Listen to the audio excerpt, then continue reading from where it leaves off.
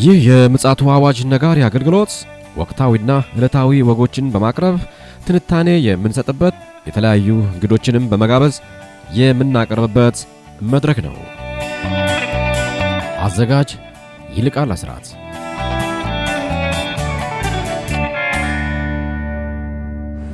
ሰላም ለእናንተ ይሁን። ጤና ይስጥልን ውድ የምጽአቱ አዋጅ ነጋሪ አድማጮቻችን እንዴት አመሻችሁ? ቀን ላይ አንድ መረጃ እና መልእክት ደግሞ ለቀን ነበረ። አሁን ላይ ደግሞ ምሽት ላይ ከፓስተር አለማየሁ ጋር በድጋሚ ተገናኝተናል። አንገብጋቢ የሆኑ ጉዳዮችም አሉ፣ አሳሳቢ የሆኑ ጉዳዮች አሉ። የዓለማችን መገናኛ ብዙሃን በሰፊው ይዘዋቸው የወጡ መረጃዎች አሉ። በእነዛ ላይ ተመርኩዘን እንግዲህ ለእናንተ ለአድማጮቻችን የማንቂያ ደወል ለመደወል በድጋሚ ተገናኝተናል። ከፓስተር አለማየሁ ጋር እንግዲህ የምናደርገው ውይይት በዚህ ጉዳይ ላይ ያጠነጠነ ስለሚሆን ጆሮአችሁን እንድታወሱንና እንድትሰሙን እንድታዳምጡን፣ እንዲሁም ደግሞ ለሌሎች ወገኖች ይህ መልእክት ተደራሽ እንዲሆን እንድታጋሩ ሼር በማድረግ ፕሮግራሙን እንድትጀምሩ በቅድሚያ ማሳሰብ እንፈልጋለን። በቀጥታ ወደዛ አመራችኋለሁ። መልካም ጊዜ ይሁንላችሁ። ፓስተር እንዴት አመሸ? እንደምን አመሸህ ወንድም ይልቃል? እግዚአብሔር ይመስገን። አየሩ እንግዲህ በከባባድ መረጃዎች የተሞላ ይመስላል። ቱባ የሆነ መረጃ እንዳለ ገምታለሁ። እስኪ እንደው እባክህ ለአድማጮቻችን አጋራልኝ። እንግዲህ ምንድነው የምንኖርበት ዓለም ከምንጊዜውም በላይ ምስቅልቅል እያለች ነውና ምንድነው በሀገሮች ዘንድ የሚደረጉት ውሳኔዎች በየሰዓቱ ተለዋዋጭነት ያለው ነው። ግን ደግሞ ስትራቴጂያዊ የሆነ ሉዓላዊነትን የመጠበቅ ጠቀሜታን የማስከበር የሚመስሉ ነገሮች እየተወሰዱ ነው ያሉት። እንግዲህ በትናንትናው ዕለት ራሽያ እንትኑን እንደማትቀበል ተናግረን ነበረ። ማለት ያቀረበችው ቅድመ ሁኔታ እንዳለ ተናግረን ነበረ። የሚገርም ነገር እንደው ወደ ትናንትና ያንን ዜና ከዘገኑ በኋላ ራሽያ 160 ሺህ ወታደሮች እንዲመለመሉ የቀረበውን ሰነድ በመፈረም ፑቲን ትዕዛዙን ሰጥተዋል። ይህ ደግሞ የተመለከቱት የአውሮፓ ሀገሮች ፑቲን ጦርነቱን የማቆም እቅድ የላቸውም እና ጦርነቱን ለማስቀጠል ነው የሚል ነገር አንስተዋል። ግን ምንድነው ዛሬ ላይ የውጭ ጉዳይ ቢሮ የራሽያ ማለት ነው የሚመለመሉት ወታደሮች ወደ ዩክሬን የሚዘምቱ አይደሉም ብለው ተናግረዋል። እንግዲህ በቀጣይ ያለው ነገር እጅግ አደገኛ እንደሆነ እዛ ጋር እንመለከታለን። እንግዲህ ከዚህ ጋር ተያይዞ ምንድነው የራሽያ ከፍተኛ ተደራዳሪ የሆኑት ክሪም ዲሚትሪ ዛሬ አሜሪካ ገብተዋል። መግባታቸው ታውቋል። ከአሜሪካ በኋላ ነው፣ ከብዙ ዓመት በኋላ ነው። እንግዲህ ምንድነው እንትናቸው ቪዛቸው እንኳን ገዳው ተነስቶ ነው የተሰጣቸው። ለሳቸው ገዳው ተነስቶ ነው። እኚህ ሰው የራሽያ ዋነኛ ተደራዳሪ ናቸው። በአሜሪካ መግባታቸው ታውቋል። ከአሜሪካ ተደራዳሪ ከሆኑት ከዊትኮቭ ጋር ስለ አሜሪካና ራሽያ ግንኙነት ለመነጋገርና ስለ ድርድሩን ጉዳይ አሜሪካ ስላቀረበችው ጥያቄና ለምን በዩክሬን አዲስ መንግስት መስረት እንዳለች ለማስረዳት ወደዛ ተጉዘዋል እና ይሄ ጉዟቸው ምንድነው የቭላዲሚር ፑቲንን ደብዳቤ ይዘዋል ተብሎ ነው የሚታሰበው። እንደዚሁም ከዶናልድ ትራምፕ ጋር በቀጥታ ይገናኛሉ ተብሎ ይታሰባል። ዶናልድ ትራምፕ የሚያገኟቸዋል ተብሎ ይታሰባል። እንግዲህ ምናልባት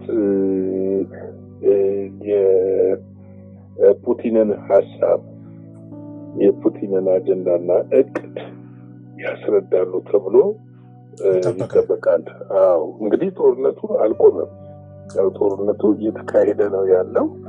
በእንዲህ ሁኔታ ባለበት ሁኔታ ነው ወደዛ የተጓዙት። እንደው ፓስተር እንደው ቀደም ሲል ያቀረብከው መረጃ አለ። አውሮፓ ያቀረቡት አቤቱታ ነው ወይ ደግሞ ስሞታ ራሻ እነዚህን ወታደሮች ስትመለመል ጦርነቱን የማቆም ፍላጎት የላትም የሚል ስሞታ ነው ያቀረቡት። በአንድ ጎኑ ደግሞ ጦርነቱ ደግሞ እንዲቀጥል ደግሞ ይፈልጋሉና አንዱ ይሄ ነገር እንደው እየየ ሲደላ አይነት ነገር አንዱ አይመስልም?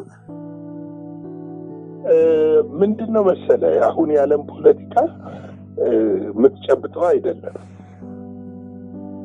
የምትጨብጠው አይደለም ስለ ውስብስብ ነው። ውስብስብ ነው። እኔ አንዳንድ ጊዜ ለመሪዎቹም ራሱ ገብቷቸዋል ወይ ብዬ የምጠይቅበት ሁኔታ አለኝ። እንደው አዲስ ስልት ይሆን እንደው መቼም አንተ በዚህ በፖለቲካውም ዓለም እንዲሁም ደግሞ በወታደራዊውም ዓለም ያለፍክ ስለሆነ ይሄ ነገር እንደው አዲስ ስትራቴጂና ወይ ስልት ነገር ይመስላል። ይመስላል ግን አዲስ ስርዓት ወደ ዓለም እየመጣ ነው። ያንን ነው የሚያመለክተው። አዲስ ስርዓት በፊት የሶሻሊዝም ጎራ አለ፣ የካፒታሊዝም ጎራ አለ። ሁለት ጎራ ነው ያለው። እነዚህ ሁለት ጎራዎች ካፒታሊዝም ጎራ ወይ ዲሞክራሲ ምዕራቡና ምስራቁ እንደማለት ነው። ዲሞክራሲ አራማጆች ናቸው። የሶሻሊዝም ጎራው ደግሞ የኮሙኒስት ጎራ ነው። ይህ በቀዝቃዛው ከሁለተኛው ዓለም ጦርነት በኋላ በቀዝቃዛው ጦርነት ጊዜ ሁለቱ ፍጥጫ የነበራቸው ጊዜ ነው።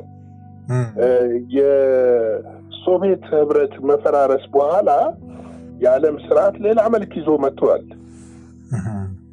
ለምን ሶሻሊዝም የነበሩ አሁን የምዕራብ አውሮፓ ወይም ደግሞ ከምዕራብ አውሮፓ ጋር አንድ በመሆን የአውሮፓ ህብረትም የኔቶ ህብረትም አባል ሆነዋል። የካፒታሊዝሙን ሬት የማቀንቀን ነገር ማለት ነው። አሁን ያ ጎራ ያ ምንድነው የምንለው የኮሙኒዝም ጎራ እየከሰመ መጥቷል። ነገር ግን እስከዛሬ ድረስ አሜሪካም ሆነች የአሜሪካ ስትራቴጂ ሆነ የአውሮፓ ስትራቴጂ ምስራቅ ጠል ነው። ምስራቅ ጠል ነው ስልህ ራሻን አይቀበሉም፣ ቻይናን አይቀበሉም። ግን ደግሞ በሌላ አንጻር ስትመለከት ከነዚህ ሀገሮች ጋር ይናገዱ ነበር፣ ይናገዳሉ። ነዳጅ ከራሻ እንግዲህ ራሻን የአውሮፓ ስንተኛውን ክፍል በጋዝ እና በነዳጅ የምትሸጥ ሀገር ነች። ይህ ብቻ አይደለም፣ የዳቦ ስንዴም የሚገዙ ከዛም ነው። እና ምን ልል ፈልጌ ነው፣ አሁን ግን ዶናልድ ትራምፕ ወደ ስልጣን ከመጡ በኋላ ይሄ እሳቸው የኒው ሊበራሊዝም አቀንቃኝ አይደሉም። ዲሞክራሲን ይቀበላሉ፣ ግን ኒው ሊበራሊዝምን አይቀነቅኑም። ልቅ የሆነውን ይሄ ስርዓት የሌለውንና የሰው ልጅን ስብዕናና ሞራል የሚያኮስሰውን ስርዓት ተቀባይ አይደሉም። ልክ ነው። እና ተቀባይ ስላልሆኑ አሁን እሳቸው ምንድነው አብዛኛው በንግድ ዙሪያ ላይ ነው፣ በኢኮኖሚ ዙሪያ ላይ ነው የሚያቀነቅኑት። ቢጤያቸውን አግኝተዋል ማለት ነው። እና ምንድነው አንዱ የአሜሪካ አመለካከት ለውጡ ዛጋ ነው የጀመረው።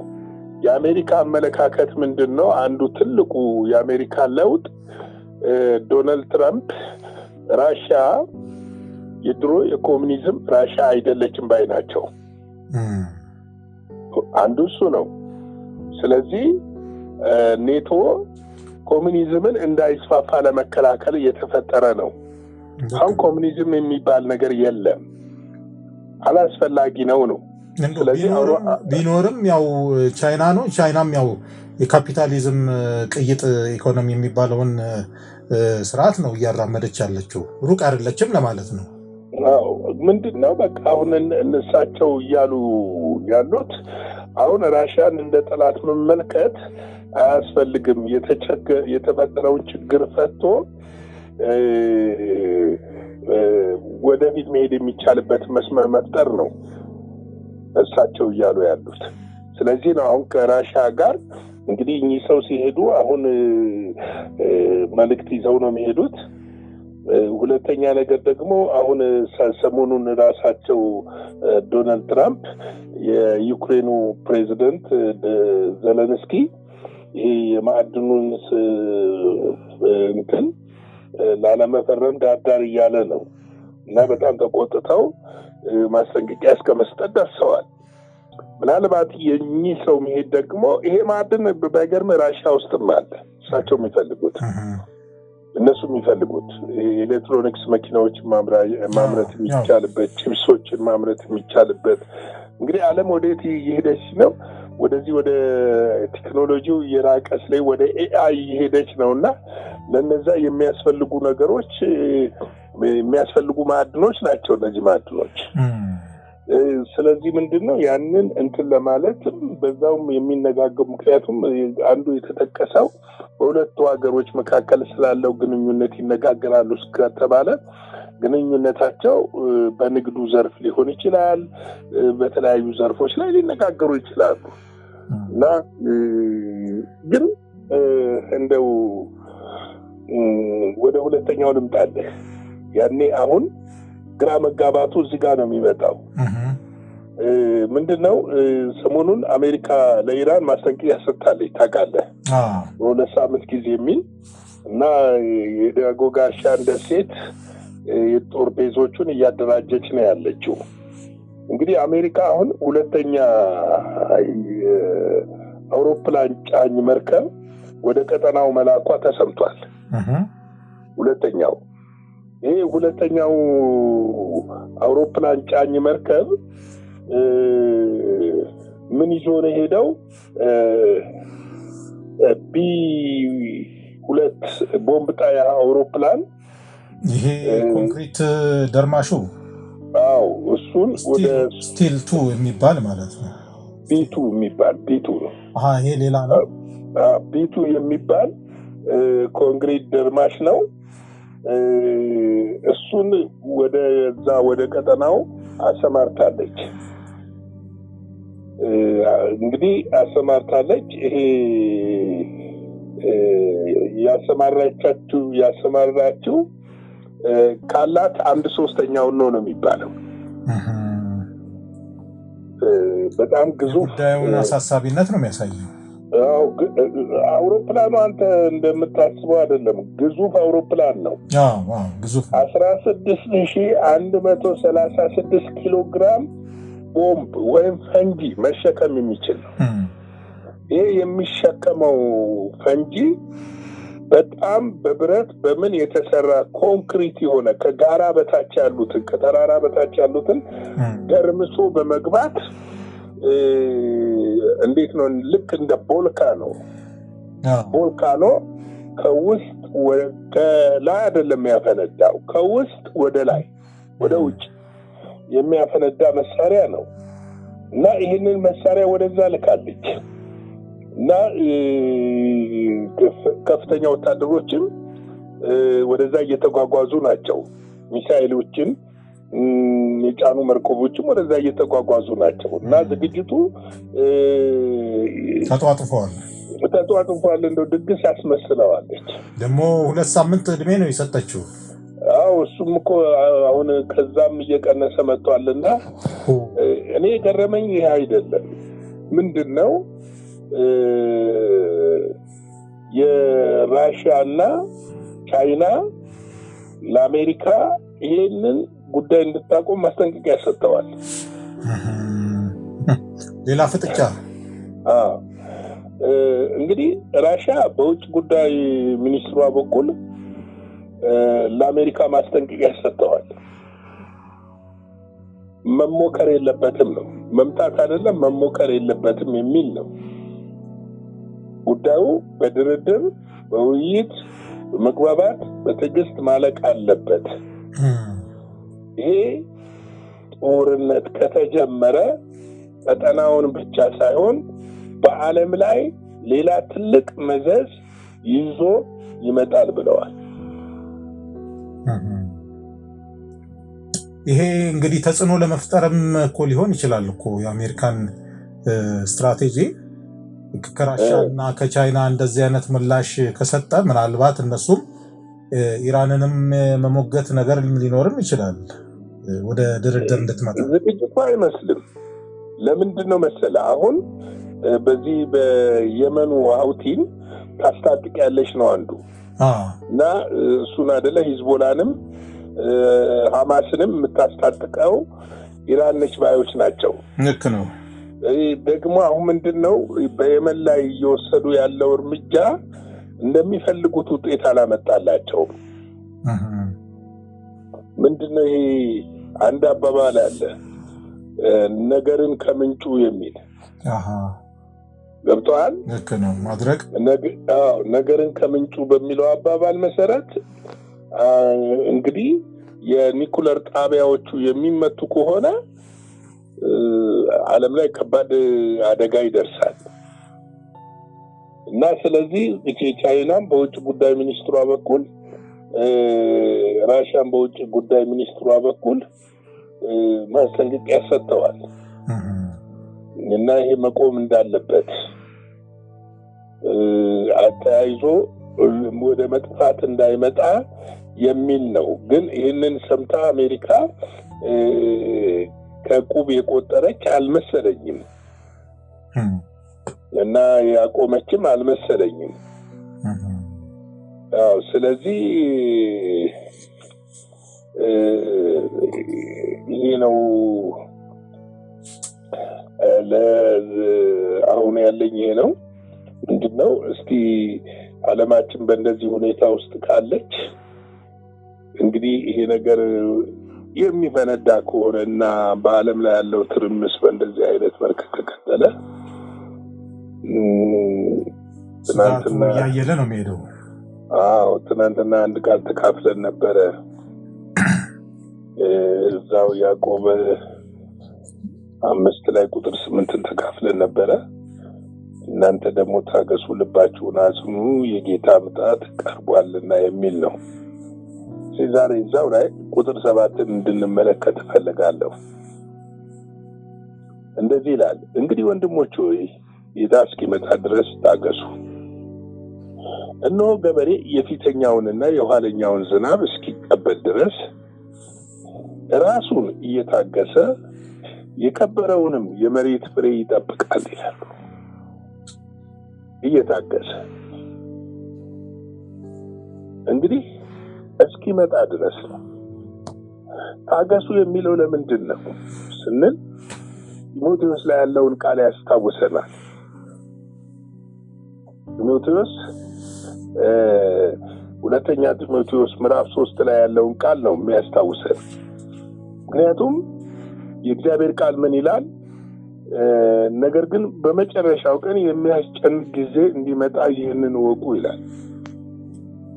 ይሄ ጊዜ ስለሚመጣ ይሄን ጊዜ ማለፍ የምንችለው በመታገስ ነው። ገበሬ ሲዘራ አውጥቶ ነው የሚዘራው። ግን አንድ ነገር ይጠብቃል። ከዘራ በኋላ በሚቀጥለው መኸር ሲዘራውን በብዙ ጥፍ እንደሚያጭድ ያምናል። ዘርቶ ወዲያው አያጭድም። ዘርቶ ወዲያው ወደ ጎተራ አያስገባም። ዘርቶ ወዲያው አይበቅልም። ፕሮሰስ አለው፣ ጊዜ አለው፣ ይታገሳል፣ ይጠብቃል።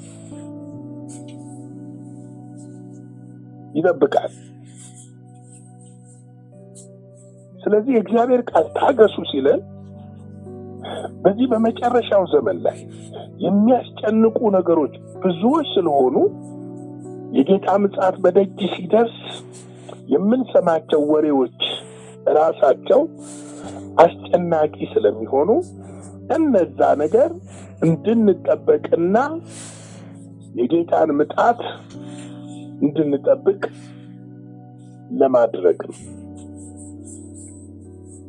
አንደኛ ጢሞቴዎስ ምዕራፍ 4 ቁጥር 1 እና 2 ላይ ምን ይላል? መንፈስ በግልጥ በኋለኛው ዘመን አንዳንዶችን የሚያስቱ መናፍስትን እና በውሸተኞች ግብዝነት የተሰጠ የአጋንንትን ትምህርት እያዳመጡ ሃይማኖትን ይክዳሉ ይላል። በገዛ ሕሊናቸው እንደሚቃጠሉ ደንዝዘው ነው ይላል። ይሄ የኋለኛው ዘመን የመጨረሻው ዘመን እጅግ አስቸጋሪ ዘመን ነው። በምድራችንም ራሱ በመንፈሳዊ ዓለም ላይ ያለውን ትርምስ እያየን ነው። እውነትን ከውሸት ውሸትን ከእውነት ለመለየት አስቸጋሪ የሚሆንበት ውሸት እውነት ሆኖ የሚመጣበት መስሎ የሚመጣበት አስመስሎ የሚመጣበት ዘመን ላይ ነን ያለነው። ስለዚህ ይሄን እንዴት ነው የምንለየው? በትዕግስት በጌታ ስር በመቆየት በጸሎት በእግዚአብሔር ቃል ውስጥ በመሸሸግ። ምክንያቱም የእግዚአብሔር ቃል ውሸትን ከእውነት ያበጥርልናልና። ስለዚህ ልንታገስ ያስፈልጋል። ሁለተኛ ጴጥሮስ 3:3 ላይ በመጨረሻው ዘመን እንደ ራሳቸው ምኞት የሚመላለሱ ዘባቾች በመዘበት እንዲመጡ ይህንን በፊት እወቁ ይላል። ዘባቾች አሉ። የእግዚአብሔርን እውነት ላይ የሚዘብቱ፣ የእግዚአብሔር ቃል ላይ የሚዘብቱ፣ በጽድቅ ስትሄድ የሚዘብቱ። አንዳንድ ጊዜ አንተም ገጥሞ ሊሆን ይችላል። አልገባህም እኮ አልገባችሁም የሚሉን አሉ። ራስን ለእውነት ለጽድቅ እግዚአብሔርን ለመምሰል በፈርሃ እግዚአብሔር መኖር ስትጀምር አልገባህም እኮ ይለዋል። ዘመኑ እንደዚህ እኮ አይደለም ይለዋል። የእግዚአብሔር ቃል ዘመንን ይለውጣል እንጂ ዘመን አይለውጠውም። የእግዚአብሔርን ቃል አይለውጠውም። ዘመን የሚሽረው ቃል አይደለም። ለዚህ ነው ቃሌ ከሚያልፍ ሰማይና ምድር ቢያልፍ ይቀለኛል ያለው። አያረጅም። የእግዚአብሔር ቃል እውነት ስለሆነ ስለተዘበተበት ዘባቾች ስለተነሱ ወይም ደግሞ ከዚህ ዘመን ጋር አይሄድም ስላሉ የሚለወጥ አይደለም። የእግዚአብሔርን ቃል በዘመን ውስጥ አትለውጠው። ቴክኖሎጂው ሊበዛ ይችላል፣ ስልጣኔው ሊያድግ ይችላል፣ ሰዎች በቴክኖሎጂ በእውቀት ሊመጥቁ ይችላሉ። እውቀት እንደሚበዛ በመጨረሻው ዘመን መጽሐፍ ቅዱስ ይነግረናል። ሊራቀቁ ይችላሉ፣ በውሸት ጣራ ሊነኩ ይችላሉ። የእግዚአብሔርን ቃል ግን መለወጥ አይችልም። የእግዚአብሔር ቃል ይህ የምንኖርበት ሰማይና ምድር የተፈጠረበት ቃል ነው። ሕያው የሆነ ቃል ነው። መንፈስ የሆነ ቃል ነው። ሕይወት የሰጠን ቃል ነው። ስለዚህ አይለወጥም።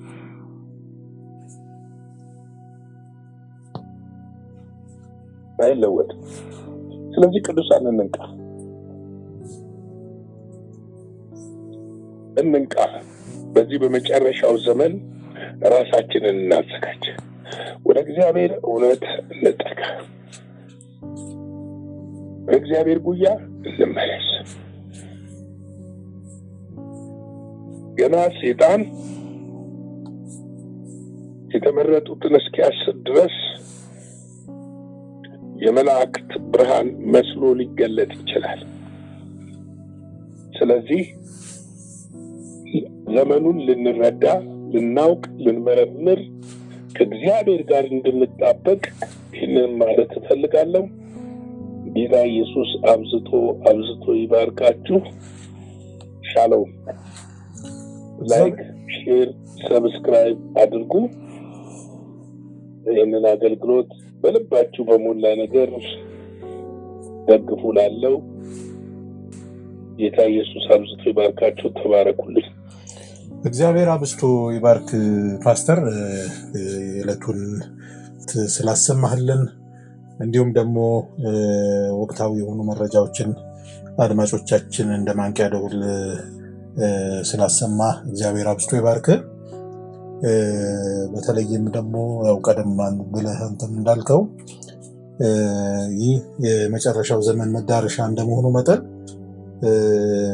የጥንቃቄ እርምጃዎቻችን በየቀኑ በእግዚአብሔር መንፈስ አማካኝነት ያበረታን ወደፊት የምንሄድበት ወቅት ላይ ስለሆነ ያለ ነው።